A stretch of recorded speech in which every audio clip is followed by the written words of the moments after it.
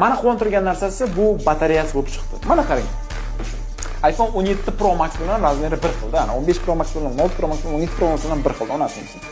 Mana qalinligi ham, uzunligi ham, bo'yi ham, baloyi ham, batareyasi hamda. Lekin negadir iPhone 17 Pro Maxda 5000 mAh batareya turibdi, a bunda esa 7500 mAh batareya.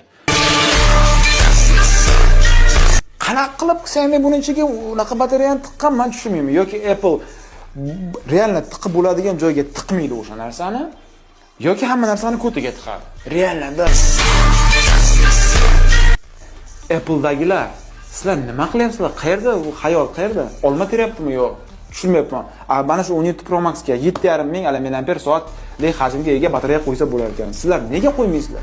Telefonlar olamida eng tez quvvat oladigan telefon bu Xiaomi. Chunki korobkasining ichidan ko'ryapsiz 100 wattli adapter chiqyapti va bu janovar ham o'sha 100 wattni qabul qila oladi sim bilan.